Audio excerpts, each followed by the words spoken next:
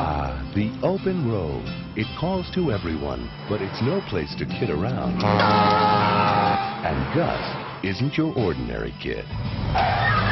He knows a man has to go. Want to play with me? Beat it, kid. Where a man has to go. I play Motorama.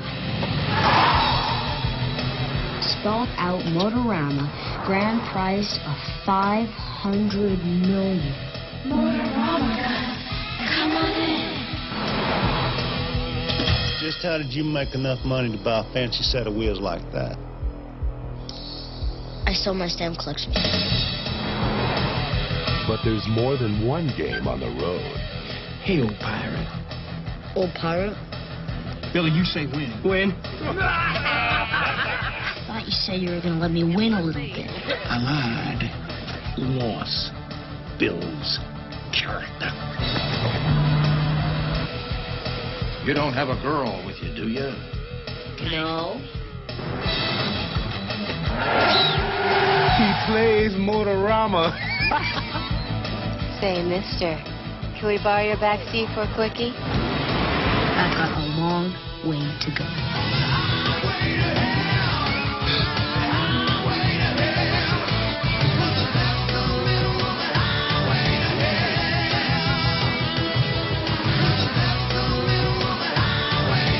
This contest will never expire.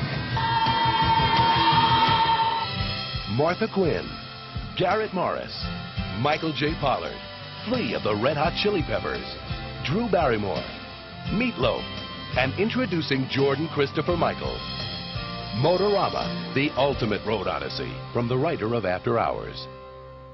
Fill her up? No, empty it.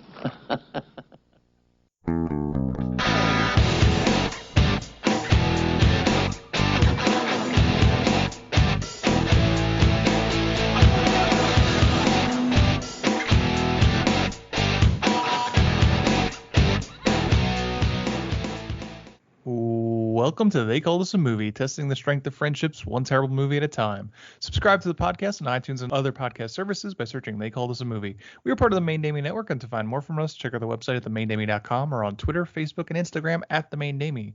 We are also now a proud member of Geek Vibes Nation, and you can find them at gbnation.com. Welcome back to They Called Us a Movie. This is Anthony Delvecchio, and with me as always is Dan Aquino and Mark Myers. Say hello, gentlemen. Hello, friends. Hello. This week, I think I found out that watching a movie like this while playing a video game that I'm playing right now doesn't really mix, because I don't think I got the same enjoyment out of it the two of you have. But we'll get into that later. Oh, great. Mark paid half attention to this movie. Way to tell on yourself, Mark. Yeah. I'm more leaning towards that I probably didn't like it. All right. Well, wow. Okay. Well, before we get into the movie that we watched this week, what else have you guys been watching? I know Mark's answer already. Yeah, it was a slow week for me. I binge watched F is for Family on Netflix, and man, that show, I don't know how it gets away with a lot of the stuff it does. They're very on the edge with what they get away with. It's a pretty good show. I don't know if it'll be picked up again for another season or if it already has, but I'm a big Bill Burr fan, and I'm glad to see him kind of getting his due now. Was this a new season or?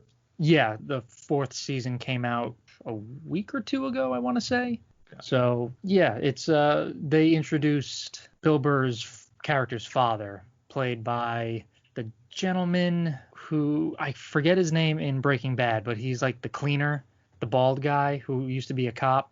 Okay, yeah, Mike. For some reason, I can't think of his real name. Mike Wazowski. Airman Trout. Oh, okay. Airman Trout. He was, yeah. But he's got an awesome voice, and he plays Frank's father, who was just a total dick to him as a kid. And then he shows up, and he's all super nice to everybody, and it's just an interesting plot. I mean, if you had a dickhead as a dad, then it probably hits home, but none of us had that, so maybe it doesn't resonate as much. But it was a good season. Okay. I've never watched that show. Yeah, I don't think it would be up your alley, to be honest. Okay. Prove me wrong, though. That means I would have to watch it. Right, and then I win. What about you, Mark? The creators of F for Family in that. That's a good point. It's true. Mark, tell us how you haven't watched a damn thing because you've been playing The Last of Us Part 2. Oh, I have been doing nothing but playing The Last of Us Part 2. And that includes things I should be doing for Game Ball Pod.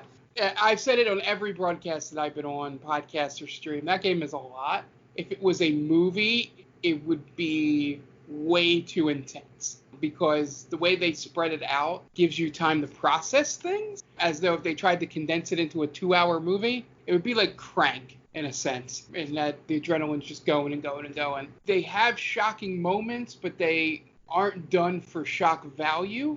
Like, they all have a reason for occurring, and it's all correct for the situations they're in. The acting's superb. I've been saying this the whole time. By having them do it as though it's like a play on the sound stage with all the little dots on them to motion capture, really sets us apart in terms of video game stuff. It makes it, in some of the cutscenes, probably if you're watching 4K, look as close to a movie as a video game could get. Probably a good CGI movie. I've been on an emotional roller coaster between playing that, then watching this movie that we're doing for this podcast, and then, having to watch Tom play Luigi's Mansion last night on stream. So my emotions have been really up and down. That game's real good. I'm pushing through it, so I'm probably doing it a lot faster than most people will. You should probably take breaks playing that game. So I highly recommend if you like the first game. It doesn't have as much impact if you don't play the first game. It's one of the first sequels to a video game that does that. Can I say real quick? Yeah. Sure. Tom has been killing it on the streams. Yeah. His WWE, I think it was like 2001 stream was so funny. Yeah. Because if obviously our listeners may not know Tom, but when he plays games, he gets more and more frustrated as the game goes on. And it's just, it's perfect streaming content. You have to listen to it. It's the best. Yeah. Friend of the show. He was on our Sonic the Hedgehog episode. Yeah. Shout out to Tom. But in terms of what I watched, I haven't really watched much this week. We had a short week this week because we recorded last Thursday and now we're recording on Tuesday. Not to show everybody how the sausage is being made. So we actually have a shortened week. But the one thing I have been watching, I've been getting into, and this is the second time I've attempted to, is Twin Peaks. I've been watching it on Netflix. I've just finished the first season, and I like it, but it hasn't grabbed me yet. I know people love it, and there's like a cult following for it, and I know the Showtime third season, snooty critics were trying to call it cinema rather than television show because they think for some reason TV still has that stigma. It's good, but... Is the gentleman from Twin Peaks also in Dune? Kyle MacLachlan, yes. Okay. I Both totally forgot by David that Lynch. I totally forgot I watched Dune over the weekend because that movie was god awful. There you go. Yeah, so I don't understand why people liked him. They're making a new Dune. Yeah, that's why I kind of watched it. I was like, I got to see what I totally blanked on it. But there's like a giant fetus in it. I don't know if either of you have seen it. No. Don't do yourself a favor. Don't. It's like 2.5 hours of just pure nonsense. You're talking about Showgirls, Kyle MacLachlan. Was he in that too? I can't remember. That guy is just, he fades into the background. Yeah, I had to look it up on IMDb just to make sure I wasn't having a Dermot Mulroney, Dylan McDermott situation. Yeah, he kind of fits into that. He's good. There's actually Jack Nance from this movie that we've watched today is in Twin Peaks. He has a major role. But yeah, like I'm really waiting for that turn where it clicks for me.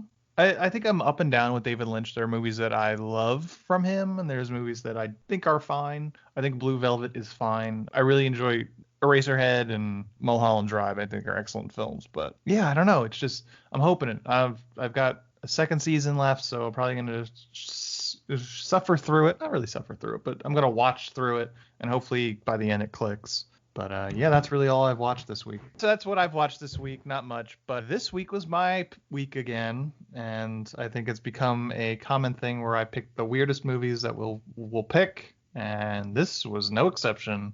This week, I picked a movie I've never heard of before, but reading the description and seeing who had their names attached to it, I kind of had to go with it. There was a movie that I wanted to pick, but it kind of disappeared for Prime, so hopefully maybe it'll show back up once again, and then we'll be able to pick it. But I went with 1991's Motorama, directed by Barry Shills, who directed two other movies, which were both documentaries, but he was a producer on Vampire's Kiss, and was written by Joseph Minion, who also wrote Vampire's Kiss as well as After Hours.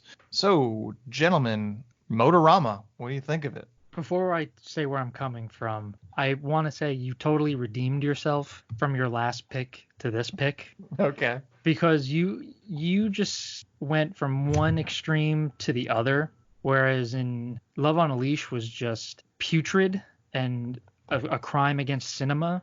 This one is just totally absurd in the fun way. So I want to thank you for that. Okay. I've never seen it, and I'm happy that I did, because this had that balance where it was like a sandwich, where I hated it at the beginning, loved the middle, loved that juicy middle, and then despised the end. It's like we had the end of the bread. You know what I'm saying? Oh, you had a heel yeah, piece? I had the heel piece at just finishing the sandwich. So man, I am very excited to get into this movie. Okay. Yeah, so Mark. I can't wait to hear this one. I had no idea about this movie, and I didn't want to read anything on it going in. So maybe I should have. Maybe it would have helped my expectations going in. I spent most of the movie trying to figure out exactly where it was set, because it looked like America, but I think he was paying with Canadian money, because I don't think that was dollars he was paying with. So that was throwing me off. There were parts, except for that whole middle chunk where it just became absurd after absurd after absurd. The beginning bored me, and then the end, much like Dan, I was like, now it just feels like a giant waste of my time that they did that ending. I was more bored by it than I thought I would be. I couldn't really get into it. The part with Meatloaf was fun, and then that's about it. It's the only real cameo that I remember being any good. There were a couple others, but I never got grabbed by it at any point. Okay. If I was a real dick, I'd make you do the plot of this movie, because I can't imagine that you'd be able to. All you would have to do, Mark, is say, kid just gets his ass kicked. He goes from one point to getting his ass kicked to another point where he gets his ass kicked to a third point just getting his ass kicked. I think I could get all the points of the movie. I don't know if I would get them in the correct order. So for me, one thing about me, I love road movies. Just that kind of episodic open road sort of thing. I really love it. So this movie won me over there at the beginning, and then you have the star of it, Jordan Christopher Michael, who is not a household name, but I've seen Full House from beginning to end, the entire series, maybe like a half dozen times, if not more.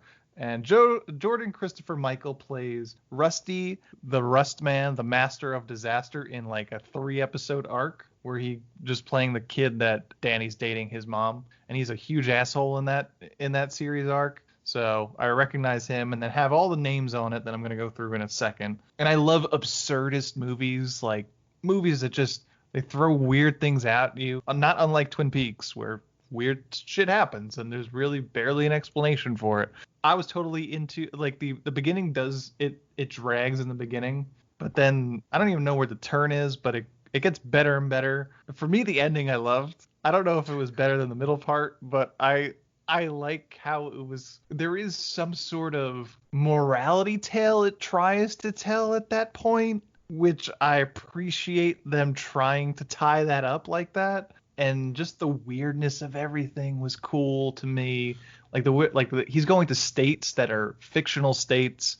Mark, they were using Dutch currency, even though they shot it completely in the American Southwest. So it's supposed to be America, but it's like a alternate universe America, because there are states called like Essex and Bergen and other names. But yeah, no, it's super weird, and I kind of love that. So yeah, it's directed by Barry Shills, written by Joseph Minion, and starring Jordan Christopher Michael and a bunch of people that have a bunch of cameos. Martha Quinn, John Deal, Jack Nance, Robert Picardo, Garrett Morris, Flea, Mary Warrenov, who is second time showing up on the show. We covered Night of the Comet, which she was in. Meatloaf and Dick Miller. IMDb score of 6.5 and a Rotten Tomatoes score of 60%. Budget. Its widest opening was in 2 theaters, and it made $10,535. So basically the basic premise of this movie is that this kid, he is leaving an abusive home, which we hear in voiceover, and he steals his dad's car, or his mom's car. We really don't know whose car it is, but we're going to assume it's his dad's Mustang. And he just hits the open road. And then he hears about this contest, Motorama contest, that is being run by some gas company that he has to collect the letters that spell out Motorama. And if he does, he's supposed to win $500 million. And it's episodic from there. He tries to hit up and down these fictional states, but it's basically the American Southwest. California, it's Arizona, Nevada, and all that. Hitting every gas station he can in order to pick these. It's kind of like the McDonald's Monopoly game. He's trying to find Boardwalk, essentially. And it's a really simple storyline. It's a lot of him driving, him stopping in random areas, and then interacting with familiar face, and then moving on to the next one. It's kind of cool, but super weird, and I loved it. Yeah, I'll give the movie this. I never knew where it was going with its plot. Because, like you said, it is very episodic, but you'd never know what he's going to get into. Yep. And who he's going to run afoul, I'll say, because everyone he meets just treats him like total garbage. Oh, yeah. What is he, 10 years old, 12 years old? 10. He's 10. And everyone treats him as if he were a grown man. Yep. Yeah, like literally people just think he's small. The first person he tells he's 10, I think the only person he tells he's 10 is just blindsided by the idea that this kid, who is obviously a kid, is 10 years old. So last week we had Escape from LA, and we mentioned how light of an R rating that movie was. This movie earns its R rating. Oh, this kid says fuck a couple times. He says shit. He says damn a lot. And we see tits. I was not expecting a movie where our lead is a 10-year-old boy and we see tits. Yeah, maybe he was trying to find the set of Tiptoes. Yeah, maybe. And essentially, they did a quick cut of an orgasm taking place during that scene of him finding the O card. Yeah, there is something really weird juxtaposing a woman orgasming with a kid getting really excited about finding a card that he's been looking for. Very odd. There's something about it where I love the absurdity where these people, these two young people are just saying, hey, can we use your car for a quickie in the middle of, broad daylight, a tourist attraction. Yeah. And the kid doesn't even answer. They're like, we're going to do it anyway. I wish I had that kind of courage to do that. The 90s were wild, man. I don't remember them being that wild. Yeah, that's just one of the many weird moments in this movie. Do you think the kid found them? Or do you think they left before? I don't know. It's a good question. Because what are these seats in the back of the car? Where did these come from? Why is it sticky back here? Right. I don't remember that. Must have spilled something. This spills soda? My dad's going to kill me. I thought this movie was going to be a horror movie when it started. It starts off like a horror movie, and I have that in my notes. Yeah. Because the soundtrack is very heavy, very like dark sounding, and you just hear bottles being broken, the mother screaming, the father berating her, and then there's like sparks flying. Like, oh shit! Like, what did Aunt get me into? Did he not know what this movie was? You know what this movie wound up reminding me of? The movie North. You remember that? Yes. Elijah Wood. God. Yeah, it kind of reminds me of that a little bit. Bruce Willis vehicle. Yeah. God, that movie was awful. That's a famous director's movie too, and I can't think of who it is. I feel like it's like Francis Ford Coppola, but I might be thinking of Jack. I think, I know he did Jack, Francis Ford Coppola. I don't remember who did North, but oof, man, that movie was brutal. This movie, I like this movie more than North. I mean, I haven't seen North in 25 years, but I remember liking it as a kid. Rob Reiner directed it. Okay. Yeah. And his father is Jason Alexander? Yep, and his mom is Julia Louis-Dreyfus. Yeah. Jussie Smollett is in this movie. Wait, in what? North? Oh, how? That's weird. We don't want to go any further. Yeah, we're just gonna mention it and move on. He was in it. Let's go. Yeah. So this movie is pretty fun too, guys. Yeah. Do you want to get into the plot at this point? Yeah, let's do that. Okay. What do you got for us this week, Dan? Okay, fellas, if you've been listening to our podcast, and by the numbers, you have, you know that we like to talk about our good friend Tia, who has her own podcast on Geek Vibes Nation. She's a good friend of the show. Her podcast is called Top 10 with Tia, where her and her friends get together and break down top 10 lists. So top 10 directors, top 10 villains, you name it, they have it. So go check them out and give her a shout out.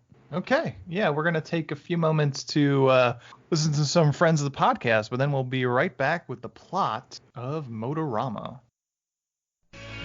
Hey, this is Ken M. Padawan J. Coach Duffy. From the Ocho Duro Parlay Hour podcast. Every week, the ODPH is talking sports, movies, TV, comics, and more. It's always a parlay of topics on each episode.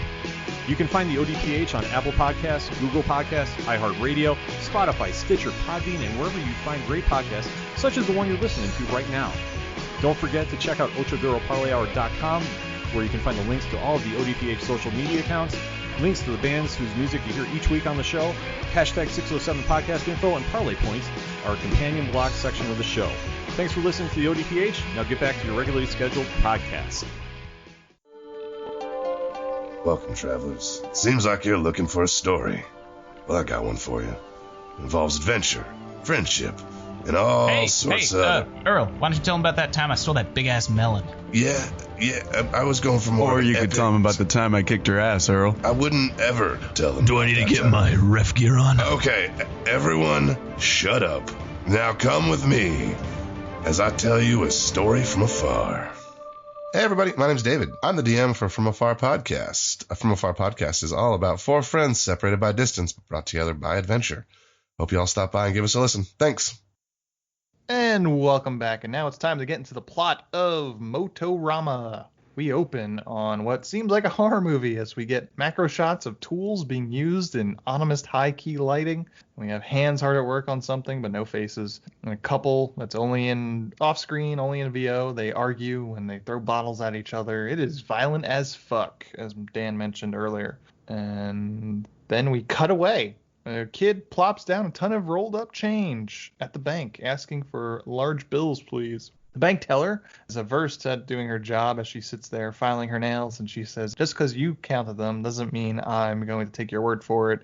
I have to count them, and that's going to take hours. And then he says, okay, then do your fucking job, lady. And she begrudgingly does so. And by the way, if they were looking for this to be like a cameo thing, maybe it was in 1991, but I had no idea that was Martha Quinn. That is Martha Quinn, one of MTV's first VJs. Yeah. Definitely doesn't look like Martha Quinn would look like on MTV. She looks like a standard kind of mousy bank teller. But yeah, it's Martha Quinn. Eventually, she begrudgingly counts the money. And then we cut to the kid counting some weird-looking money in the driver's seat of a Mustang. These were Dutch guilders, which was a pre-European Union Dutch currency. Yeah. Lots of colorful money. Is there a reason why they chose to use non-American currency? I'm guessing because they already have these states that aren't real American states. They kind of wanted to create another part of the world building, I guess, that just kind of add to the fantasy aspect of this movie. I mean, I know this movie doesn't really go that far into fantasy until the very end, but I'm guessing that was just the reason. Okay, yeah, because that's an interesting take. Why would you make a brand new country? Is it maybe because in the eyes of the kid, he's never seen the country, so it's all foreign to him, maybe? Yeah, I don't know. I don't know. I think there are a lot of allegorical elements to this movie that I don't necessarily get or don't know if they landed. I mean, I think that whole end is supposed to mean something because it kind of, the snake eating its own tail, it all comes back around. Sure. So I think maybe just the absurdity of the things that happen to him kind of mixing in kind of adds to that absurdity a little bit. But yeah, it definitely could be that, but I'm not sure. I never thought of that. I just thought of it off the top of the dome, man. It all just came bubbling up. So then the kid drives through the scenic American Southwest in a nice Mustang, drives up to Wagon Wheel, which is just a really shitty diner, orders a cup of coffee and doesn't drink it, then gets hassled by some dude that asks him how he bought the car. He says he sold his stamp collection when he was younger, and that's how he got all his money. And then I think that guy freaks him out, so he just kind of departs. and drives on. We then see two dudes dragging an old, nearly unconscious man and then eventually toss him into a stream. Are we sure he's not dead? He is. He looks he's dying. very dead. He's dying. He's bleeding out in the stream. Yeah, he's very much alive before they toss him. Yeah. Oh, I thought he was trampled to death at the diner, and then they just this movie does, to get rid of all of its problems, they just toss them places. It's effective, but kind of frowned upon. The way they throw this old man into the stream is mirrored by something else that happens at the end of the movie. Right. So our kid, whose name is Gus, stops to take a piss, which he does a bunch of times in this movie, then washes his face in the same stream where the old man is currently bleeding out. But he has no idea. Then Gus drives on and spots a fancy sign that says, "Play Motorama." And he gets really excited because apparently he knows what this means. He arrives at a Chimera gas station, where the gas station attendant is currently flying a kite. The gas station attendant's name is Phil, and he talks about the kite itself and how he got his picture taken with a police officer, and he stuck it on the kite so he could show the picture to God to show that he's an honest citizen, and hopefully this will lead to his absolution when he dies. He doesn't say God by name, but he says putting it up there closer to him, he says. Yeah, he just uses the pronouns like him and he and them. Yep.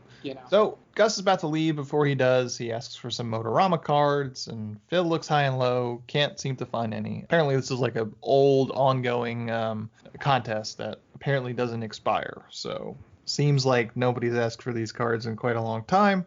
So Phil can't seem to find them. And then the police officer that Phil took a picture with shows up for some gas and starts looking over the Mustang.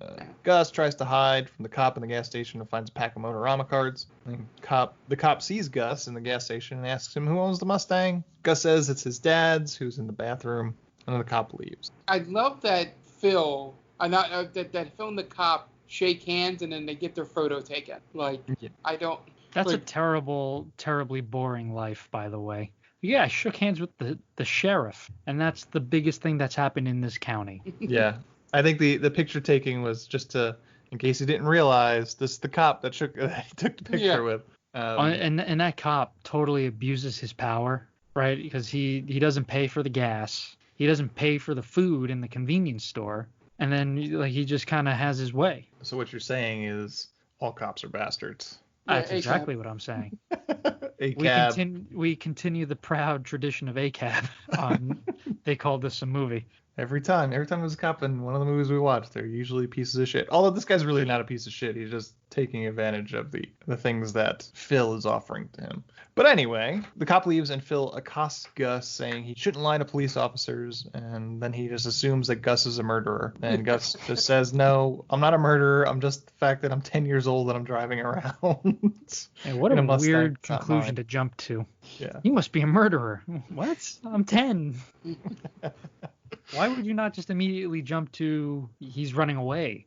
Right. And why is everyone so dumb in this movie? Why can't anyone tell a 10-year-old apart from a little person? I don't know. So Phil apologizes and says he has to work out and how he's working on his own salvation to try and make sure he gets into heaven. And Gus, for some reason, acts like a real dick and undoes the string on the kite, and the kite goes flying away. So Phil goes running, chasing after it, and Gus drives off, and then Phil gets hit by a semi. Yeah. While listening to some badass generic rock music, Gus pulls into a hotel.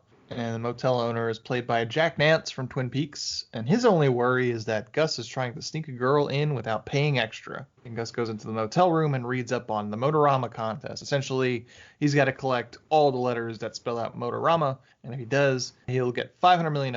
Contest never expires. One thing that I should note, trying to not spoil it, but let's get it says specifically that he will, if he collects them all, he will be eligible for a $500 million prize, and that comes into play at the end, but he doesn't realize it. There's a weird scene in the hotel part where he's peeling the stickers off of the cards, and he doesn't get all the letters right away, and he looks at himself in the mirror, and he kind of turns into a businessman who gives himself a pep talk. Yep. So I figured it was going to be one of those movies where it was almost like Ernest, where he kind of changes characters. Sure. So I thought the kid was maybe going to go into his imagination, but it's never brought up again. and he never changes characters again. So it's all just, it was useless. This movie does not make a lot of sense. I think they do the mirror trick one more time later in the movie. But it's not the kid. He sees himself as an old man. Yeah. Oh, that's right. Yes. That's another out of nowhere. Yeah. So the motel owner comes back and he tells him if he finds any squirrels to give them to him, because this motel owner is interested in catching squirrels. It has nothing to do with anything.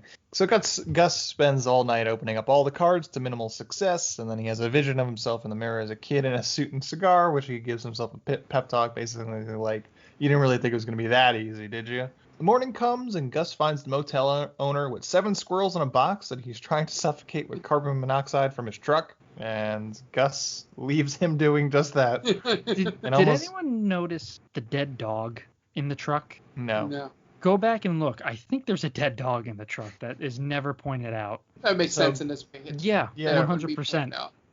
Gus drives on and almost hits a squirrel of his very own, but he manages to swerve around it, and then he drives past that cop that we saw at the gas station and ducks past as he drives by. And then he winds up at a scenic overlook where there's a whole bunch of families, and a young couple sees Gus and his Mustang and asks to use the Mustang to fuck. Gus is too busy opening up Motorama cards, so they help themselves to the backseat, and then they fuck. Yeah, it's a pretty good scene. It would have been pretty good to see this in Escape from L.A., because that's where it would have been warranted. Yeah. There's something unnerving about juxtaposing a woman climaxing with a kid excited to open up Motorama cards. But then he gets excited. He gets one of the cards that he needs, and then he moves on. And Gus continues his journey, and his tire blows, so he's able to get it to a gas station run by Garrett Morris and Michael J. Pollard, Oscar nominee Michael J. Pollard. Gus annoys them about Motorama cards until they give him a bunch off screen. Then we cut to Gus on the side of the road, unsuccessfully opening a whole bunch of cards. And the cop shows up again, asking where his dad is, and he says he's taking a piss on the side of the road. So the cop is like, man, your dad sure takes a lot of pisses. And he's like, yep. And then he's like, okay, bye. See you later. He does the old bye. Big gulps, huh? Well, see you later. We then get a montage of Gus opening a whole bunch of Motorama cards, and he's successfully collecting 4 of what he needs so far. He then stops at a diner where Flea works as a busboy, and he realizes that he spent basically most of his money on Motorama cards. And apparently the diner's theme is Groucho Marx glasses in this film, which is weird because they have a vending machine that has Groucho Marx glasses, and all the patrons are wearing Groucho Marx glasses. And then Flea throws Gus's food away, so Gus poses as the health inspector using the Groucho Marx glasses and levies fines against the kitchen staff so that he could fill his wallet with some money. He also tells Flea to look for some tubing and a can so he could siphon gas from another car, and Flea knocks out the restaurant manager with a frying pan, which has no bearing on the plot, but he does it. It's always interesting when I realized that this was Flea, that he must have had one hell of an agent back in this time period, that he's just randomly popping up in these movies. I'm like, again, I wasn't alive back then, so I'm like, I know Red Hot Chili Peppers were popular around this time. You were alive in 91? Yeah, no, I'm talking about like when he's in Back to the Future, stuff like that. Which you're also alive for. Yeah, he plays Michael J. Fox's boss. Oh, man, Back to the I'm Future. that old? Yes. We're all that old. Yeah, that was Back to the Future, too. Yeah. And the first Back to the Future came out the day after I was born, so I lived in a world without... There we go. Well, Flea's not in that long. Yeah, I was confused. I was like, Mark was definitely alive in 91. Unless... That was not my... Still pretend he's 30. Yeah. I turned 29 in a week and a half. Right. Us old guys. Well, my point was being that of the members of Red Hot Chili Peppers, it's just interesting that Flea shows up in all these movies. So I haven't read much on his background. Maybe, do you guys know? Was he like auditioned for stuff and a child actor? Like, it's always a weird thing to me. Maybe it's just me. Maybe it was just that Anthony Kiedis was too busy shooting up heroin under the bridge. Under the bridge at the time. Yeah, Anthony Kiedis had a very messed up lifestyle. Yeah. So the only logical sense was Flea. Yeah, I mean, he is in a lot. As early as The Outsiders in 1983, as Soch number 3. So I wonder if he wanted to be an actor before becoming a musician. Maybe. He was also in Thrashin' and Less Than Zero. Yeah, he was in a lot of stuff even before Back to the Future 2. So he's the reverse Keanu Reeves? Yes. Yeah. There we go. Yeah. I mean, with a name like Flea, it's probably, people are going to remember you. Yeah. And you know what? He never takes himself seriously in any of his roles. So it's kind of perfect to have him because you get the name and you get the over-the-top performance. And he's kind of weird looking. Kind of. Yeah. What's this kind of? He's very weird looking. Wasn't he in Back to the Future? Oh, not. I'm sorry. Jeez. Man, the Big Lebowski. I think he was. He was one of the nihilists, wasn't he? Yeah. Yeah. He was also nihilist number 2, Kiefer, also in Fear and Loathing in Las Vegas. Right. I mean, all of these are tailor-made for him. And the Psycho remake, what? With Vince Vaughn? Yeah. Ugh. Weird. Well, good for him. We need Flea back. Flea's got a pretty good agent, I guess. He should be in the next Mad Max movie. Yeah, he probably should be. Right. And it's a crime that he never plays the bass in any of the movies he's in. He should just always have a bass with him. He could have been sense. He could have been the guitarist in Mad Max. Mad Max Fury Road. Yeah, exactly. Just keep laying down some sick bass beats. Come on. Total missed opportunity. Yeah. So the kid manages to siphon gas out of a couple's car, but they catch him putting it into his car, and the guy hits him and knocks him out. The guy played by Jack Klompus from Seinfeld. You remember him? He was Morty Seinfeld's friend. Yes, he was the guy who... He's on the board. Pen. Right. Yeah. Yeah. Take the pen. Come on, take the pen. Well, it was like a bribe or something like that, right?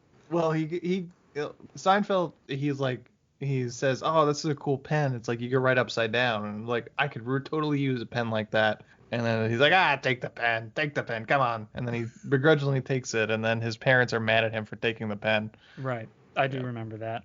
He is kind of I don't think he reads the room correctly in this movie because he just kicks the shit out of this kid. This is one of the first moments where this kid just gets put through the ringer. He punches this kid right in the goddamn eye. I think, remember at the beginning of the show where you said at one point it takes a turn? I think this is where that turn is, and it takes a hard left turn. Yeah, this is where it gets wild. Yeah. And yeah. This Mary Warrenoff plays his wife. So they knock him out and they take him to either their house or a motel room. Kid comes to and they've officially kidnapped him because he is now tied up. And they call him a thief and don't really know what their plan is. But then he apologizes and says, "Hey, I kind of need a doctor to look at this eye." And they kind of begrudgingly call a doctor. And then the kid passes out. The doctor comes in and he says he needs to operate on their son's eye or else the kid's going to lose it. So they say it's their decision, and they decide that the kid should lose an eye because it'll help him build character. No, they're not wrong. I mean, you do have a lot. That's an obstacle to overcome. So sure. Thanks, I guess. So then Gus passes out again. He has a dream about Drew Barrymore telling him he won Motorama, but then she says he didn't. And he sees cockroaches on his feet, and he wakes up to Jack Klompus putting lipstick on him. And that's 8 seconds that Drew Barrymore is in this movie, despite being heavily featured on the cover. Yeah. And it looked like it was the kid version of Drew Barrymore, right?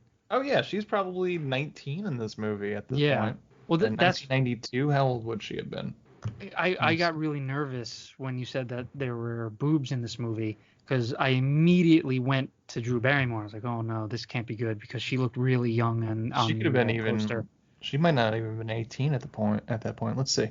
Of course, I have to click see full cast to get her. She would have been 16. Oh yeah. Man, that would have been. And I know you said that the 90s were a wild time, Ant, but I don't think that would have flown in 1991. Well, luckily we don't have to deal with that because she was not the one showing the boobs. So he has that dream, and then he wakes up, and did they rape this kid? It's heavily implied that he was molested. Yeah. Yeah. Because, as I said, Jack Klompus putting lipstick on him, and he passes out, and then he wakes up And the two have obviously fucked, at least, while he's in the... And he wakes up with all that lipstick that Jack Klomp has put on him smeared all over his face. So they don't specifically say it, but we're, I guess, meant to assume that he just got diddled. Or something. It's a night he's happy he's probably not going to remember. Yeah, I mean, he lost an eye, so that's terrible. And then you just add insult to injury. Yeah, not great. Made-up country... This made-up country is a perfect place if you want to be the worst person ever, because you get away with literally anything in this movie. Yeah. There is no ramifications for anything that anybody does, except for the kid. The kid, the worst thing he does is that he pulls that string on that kite, and I think that's where he starts to get punished. After that, it was God, you're saying. I think that is kind of the ending of this. Yes. Interesting. You see, I never thought of that. Yeah. That would be a very good way to change or to make the movie better. It just all turns out to be acts of God. Yeah, I think this is sort of I think this movie is sort of the Odyssey. He goes on a hero's journey of sorts where he is punished throughout until he goes back to the gas station, which not coincidentally has a "Be Fulfilled" sign there. So he is going to stay with Phil and make sure that he gets his absolution as well. I have to remember to bring it up at the end. I feel like there's a continuity error with it, but when we get there, I'll bring it up. Okay. So the kid wakes up in the morning and he runs off. He cleans himself up in an abandoned truck tire that's collected water and drives off. And then we get another scene of him opening up Motorama cards without collecting anything he needed. He winds up in a biker bar eating PB&J sandwiches where Meatloaf is there arm wrestling other people. And then he walks up to the kid and says, "Hey, why don't you take me on? We'll do $10 a round." And the kid's like, "I really don't want to because you're Meatloaf and you're just going to destroy me." And Meatloaf was like, "Come on, kid. I'll let you win a couple times if you start losing too much." So Gus doesn't want to, but then he sees the cop again, who he's trying to hide from, so he decides to play. And then Meatloaf just wipes the floor with him, just toying with him. Why would you play the game to be incognito with the cop? Because as soon as he accepts the arm wrestling match, one of the guys yells, "Arm wrestling match over here." Right. So that's the opposite of laying low. So I kind of feel like the kid deserved to lose his shirt in this. Yeah. At least part of his shirt, as we come to find out. Just the sleeve. Yep. Yeah, so they wipe the floor with him, and Gus winds up being in debt to Meatloaf for $50, but all Gus has is $20. So then he's like, "I'm going to level with you guys. The reason why I can only give you $20 is because I'm on a mission to collect the last 4 letters of the Motorama game. And I'm going to win $500 million. So Meatloaf and his crony tell him they could help him get those last 4 letters. So they force a tattoo on him that says Tora, T-O-R-A, the last 4 letters he needs. He lost an eye, and he's now has a tattaoo forced upon him. I think he has multiple tattoos. Oh, yeah, he's got an entire sleeve, up and down. Yeah. And he doesn't take proper care of it afterwards either. Mm-mm. He gets in the sun immediately. They also just rip the sleeve off the jacket. Right. Yeah. Could have just taken the jacket off. So at this point, Gus is low on cash, and he winds up getting himself a cup of coffee and a car wash, and then winds up at a picnic area where some kid makes fun of his one eye, and Gus is like, "Oh, it's fine. I used to be just like that kid." So the woman takes it upon herself to make that free pass to make fun of that kid's eye. So she eggs on her kid to make fun of Gus just a little bit more, which is a weird moment. Yeah. And then when the kid sees Dick Miller playing horseshoes with his kids, man, if Dick Miller is having kids at that age, man, good for him. Not good for kids. No. He lasted about 20 more years, almost. So he's playing horseshoes. Gus comes up to him and is like, "Hey, why don't you make it interesting? Let's play each other in horseshoes." And Dick Miller doesn't really want to, but he goads him by just telling him that his kids are going to think he's less of a man, basically, if he doesn't play him in horseshoes. And then Gus is apparently a phenom in horseshoes and winds up beating Dick Miller for $100 worth. With one eye. Yep, with one eye. And Dick Miller says he can't afford the $100, but then he's like, but maybe there's a way. So he gives $100 to Gus, and then he takes the kids to go to the bathroom, and then he ditches them there right in the picnic area, and him and his wife drive off. And the wife is totally okay with it. That's the end of that chapter. And that's the oddest shot of the movie is they cut back to the kid just sitting there holding hands, and the kids don't know what to do. It's so depressing. Like, what is going on in this movie?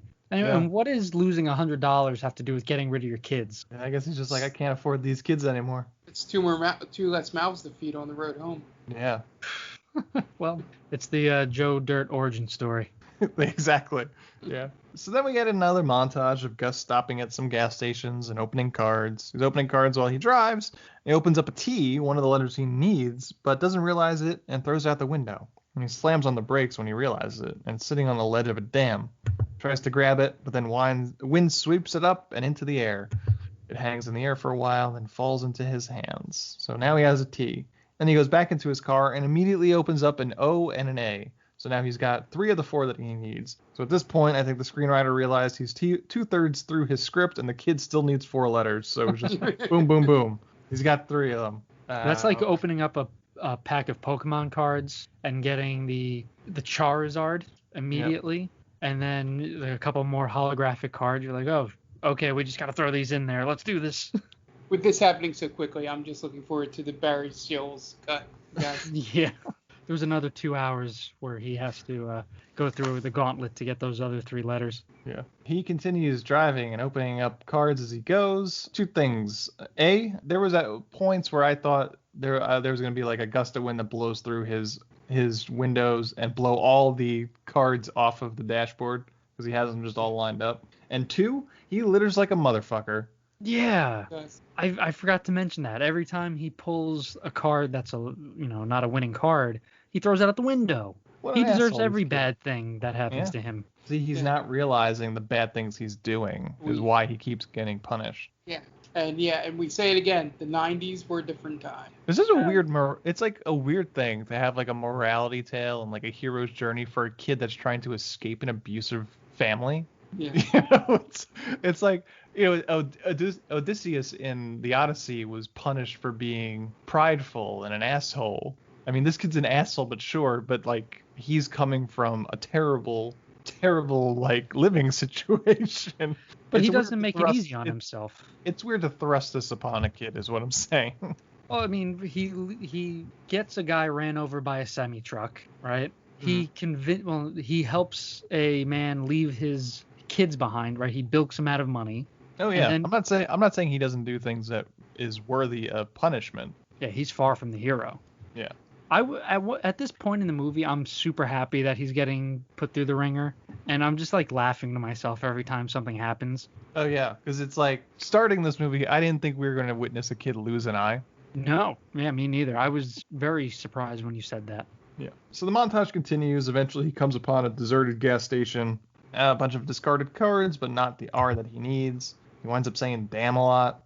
Eventually, he makes it to Essex, which is a trippy state that has drug addicts, people shooting popes in the middle of the street, KKK cross burnings, and Essex is much less scenic than the rest of the movie, and it's probably just like LA highways mostly after that. As he's driving, he gets distracted and nearly gets hit by a semi, causing him to drive into a ditch. He stumbles out, and his hair is noticeably grayer than it was in all the movie, which was weird. And he comes upon another car accident. There's an old man and what I think is another Mustang, or the exact same car for obvious reasons, but the old man is just talking about how all he needs is the R in Motorama, and he's been spending his whole life trying to find the R. That was a nice touch to dress him exactly the same way the kid's dressed. That was pretty good. And the old man says he spent his whole life trying to find the R, even named all his kids R names, and hopes to appease God. So it all just comes back to God. Yeah. Although it's kind of weird because that's not why the kid's doing it. And if we're drawing the parallels, it's where it ends, kind of. Yeah. I didn't make that connection because I had to rewind it where he almost hits the truck, careens off the side of the road, comes back, and the car's already there, and which implied that the accident already happened. I was like, wait a minute, did we miss something? What happened where did this guy come from? But now it makes sense, I guess, in that timeline, he didn't miss the truck, and the truck hit the car. Right. Yeah. I mean, I'd have to go back and watch, but I would guess that this is also the same old man that gets thrown into the stream at the beginning of the movie. Maybe. I thought the other old man had like a mustache or something. He looked like a prospector. I don't know. I would just guess because the way the same he's thrown into the stream the same manner that the kid is thrown out the window. So that parallel is there. How cool would it have been if this was like a multiverse movie? It sort of is, yeah. Yeah. If they just leaned into it. Yeah, it's kind of crazy. So Gus steals the old man's car and drives off because there's no other way to explain how he gets the Mustang because he wasn't getting his car out. Gus comes upon another gas station and is helped out by a mute attendant named Elmer. And he goes to wash his hands in the sink and sees a reflection of the old man in the mirror. So we're drawing those comparisons. Elmer gives him a card, but he says that's the only one he has. As Gus drives off, he opens the card to reveal that it's the final R that he's been looking for. Gus decides to drive all the way to Nakatomi Plaza, which in this movie is the headquarters of Chimera Gas. He calls up Chimera Gas office from the lobby and talks to Miss Lawton. Miss Lawton tells him that he hasn't won. He's eligible for the grand prize. Then Gus hangs up on her. Go ahead, Mark. The fine print. Always read the fine. Yeah. And it's not even very fine in this case. No, he reads it aloud. He says, he doesn't register that, but he reads it aloud. It's in bold uppercase letters. Basically, yeah. It would have been cool if he enters Nakatomi Plaza and the one henchman is there. The guy with the Fu Manchu. Al Leong, whatever his name is. How cool would that have been? He's like one of the security guards or something like that. Or the one that looks like Huey Lewis. Yeah, that would have been so cool. Bet on the game. Yep. Damn, I got $50 on them assholes. You can say it in this movie. It's rated R. Yeah. So Gus hangs up on her and then looks at the directory to find Miss Lawton's name. No tell if he saw William Clay's name there. Oh, then heads up to the office. Same thing. That'd have been great. So good. Oh, damn it. I totally forgot about that part, but I'm glad you brought it up. Like, oh, that'd be so cool if he's jumping up and down and you just see W. Clay. Yeah. So Gus goes up to the office and the receptionist asks him to tell him where he got the R. He's like, I have no clue. I've been to every gas station up and down every state. How am I going to remember where I got the R from? But she's like, I have a big book of gas stations and just check it out here. Any of these look familiar? And then he just ignores her and walks into Miss Lawton's office and Miss Lawton tells him that no one is actually supposed to win Motorama. It also then turns out that Miss Lawton is just a secretary, and so she's just giving him the runaround.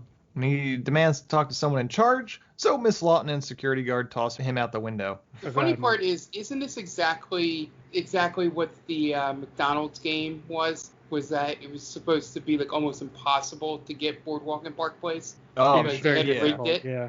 I think there's like one Boardwalk in circulation, and then like 1,000.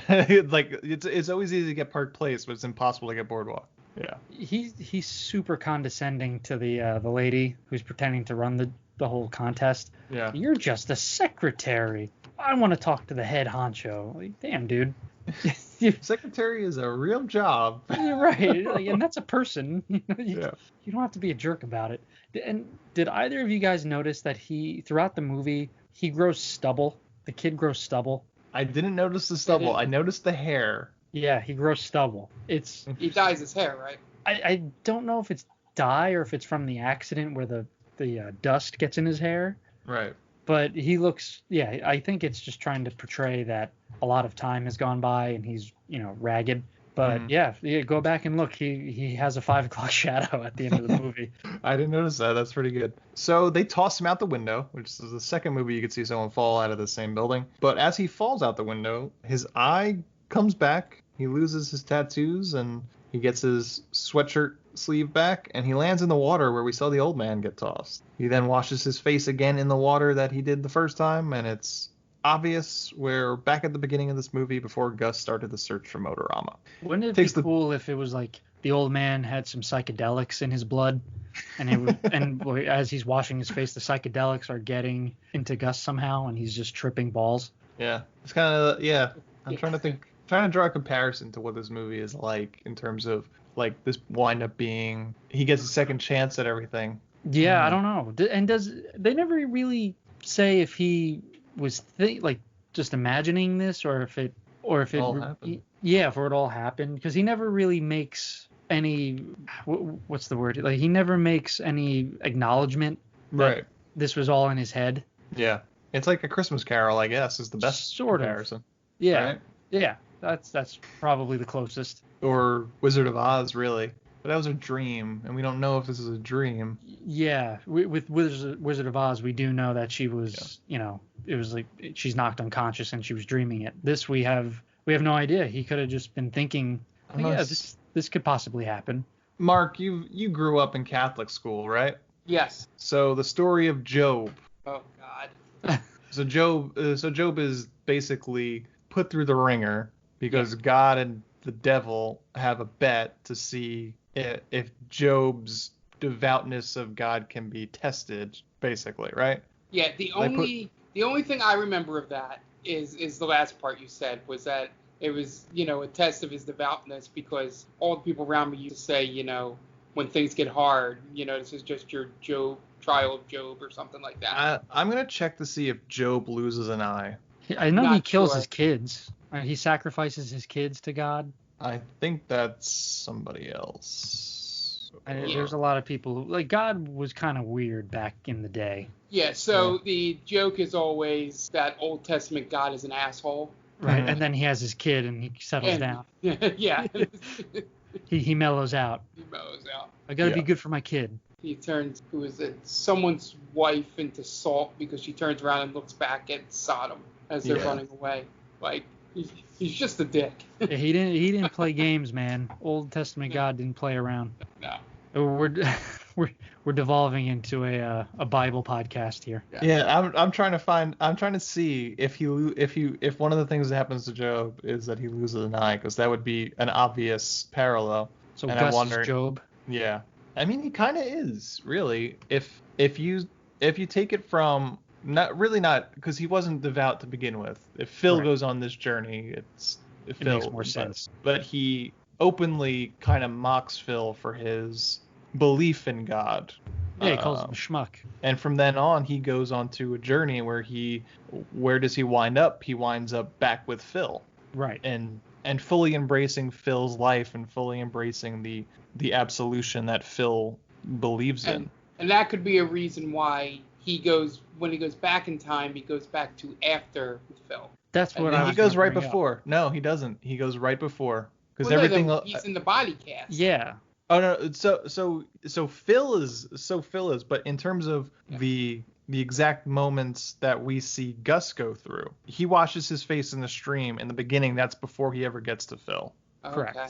He passes the Motorama sign again. This time he scoffs at it, but he passes that sign before he ever gets to Phil. So Phil has been a continuity error or something? That's what I was. I don't think it's a continuity error. It might be like just a flub.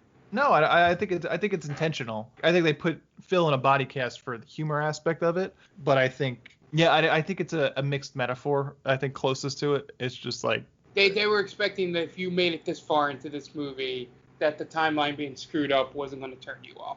Yeah, I mean, because the events line up properly, and because the guy. We haven't gotten to it yet. We're almost at the end. The guy at the end that stops for gas runs into the same exact semi that runs over Phil. Yeah. So then how does he get into the body cast? So it's all like, I feel like Gus is on his own timeline. Sort of like a time travel thing, but not really a time travel thing. So Phil's is a straight line, Phil's timeline is a straight line.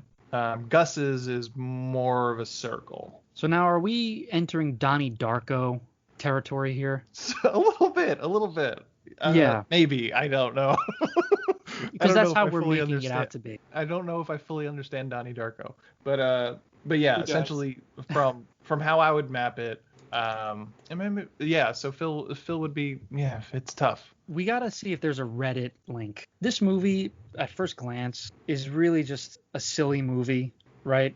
Where you, like you said, they just kind of throw things up against the wall and they just go with it. But we've kind of broken it down to where there might have been a deeper meaning, and it just didn't come across that well.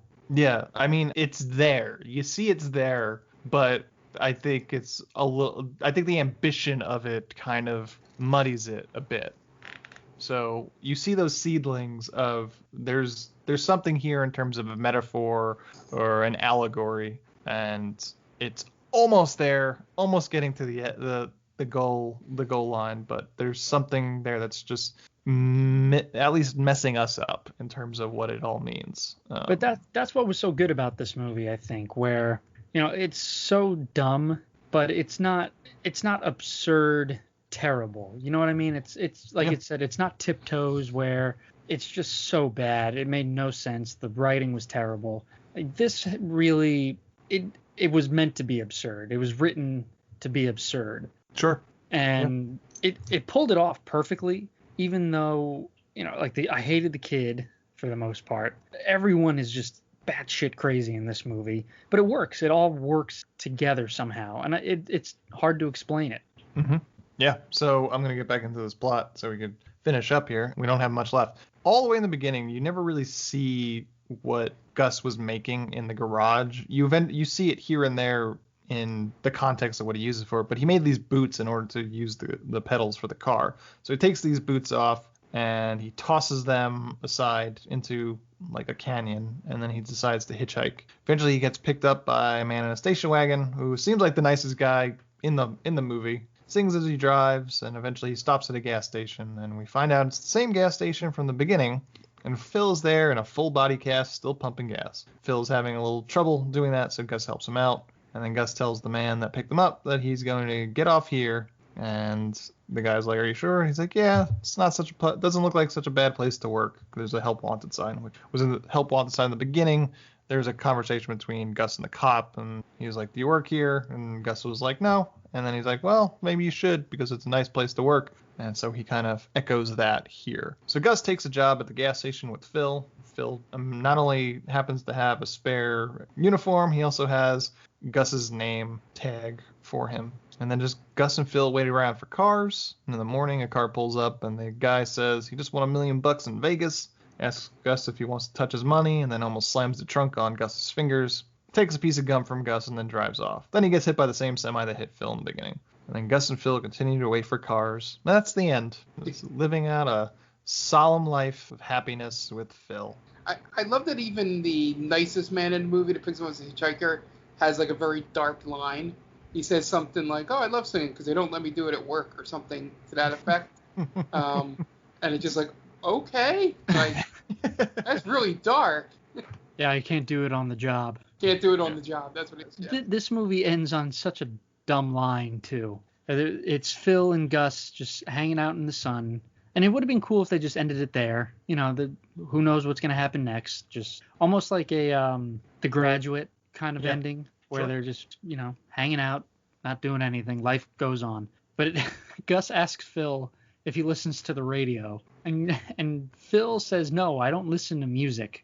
And then Gus says, "I like music." End of the movie. I like the little moment though, of the little moment of affection that Phil shows in the body cast. Oh, he gives him a little tap on the shoulder. A little tap on the shoulder. As the attaboy. He just And that's the movie. Yeah, it was a trip, man. Yeah.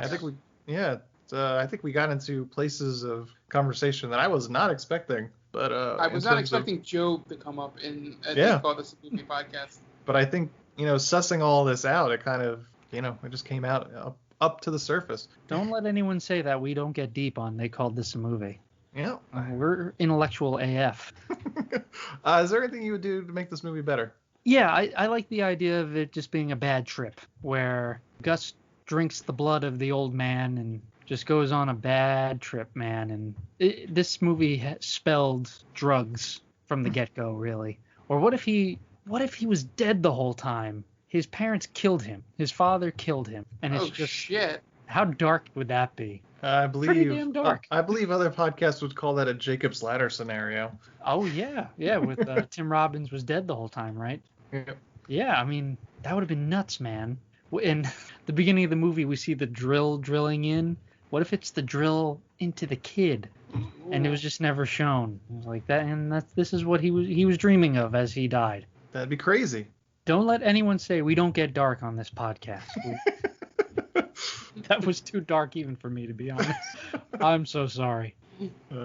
What about you there, Mark? The only thing I would have had it been, I would have much rather have liked it being a drug trip than the actual ending. It's really the ending that I would change. I'm assuming my dislike of the first 2/3 of the movie has more to do with my emotional state at that point watching it. So maybe if I go back and see it again, I'll enjoy the absurdity. I just didn't like how they did the switcheroo and then it got all confusing. Like if it ended up being that he passed out on that side of the road from heat stroke or a bad trip and dreamt the whole thing for the most part, I'm like, okay, it makes sense. Just change that ending up, make it a different ending. He can still end up with Phil. Okay.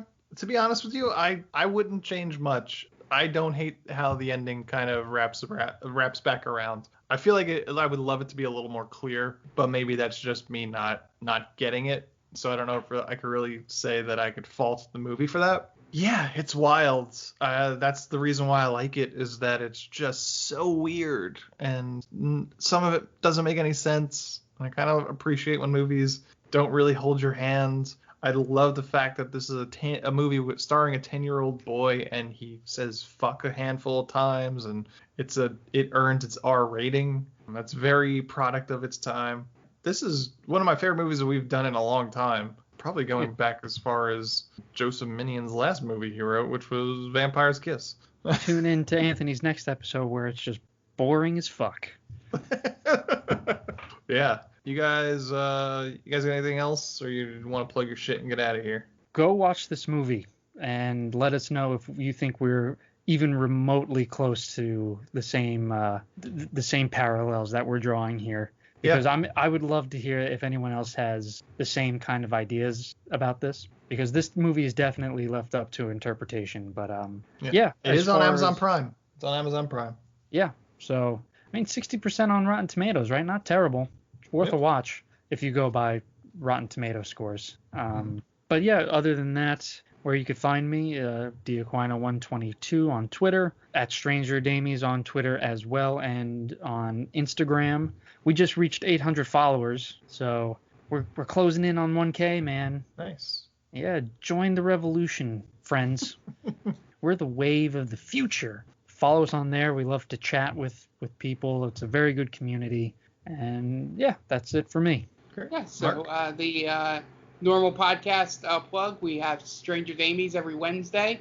That's strangerdamies.podbean.com. You can get us on iTunes, Google Play, basically anywhere you can get a podcast. Just search Stranger Damies. Every other Monday, which means we release an episode this Monday, we do the Game Vault podcast, which is myself and friends of They Call This a Movie, Jen and Tom. We do video games. We play a retro game every episode and just talk about that. Again, airs every other Monday. You can find us iTunes, Google Play, wherever you get your podcast. We stream mostly. I think we're going to be pretty consistent, at least 4 to 5 days a week. The 5th day being we do the retro roulette game every other Monday on stream.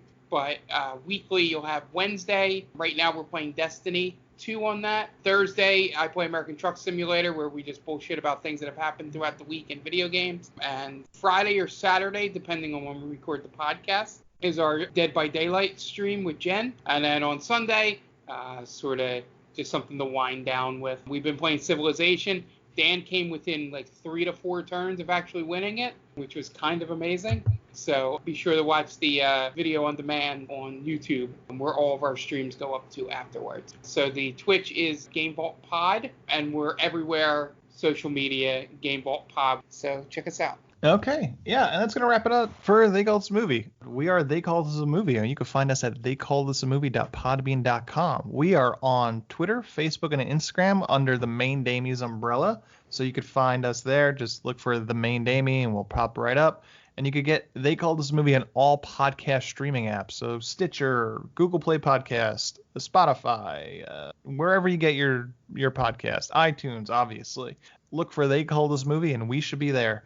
If you're there, you might as well give us a 5-star review, which would be helpful if you've got time. I'm sure you do. A lot of us are just staying in the house. Get right in those reviews. It will help us out a great deal. You have no idea.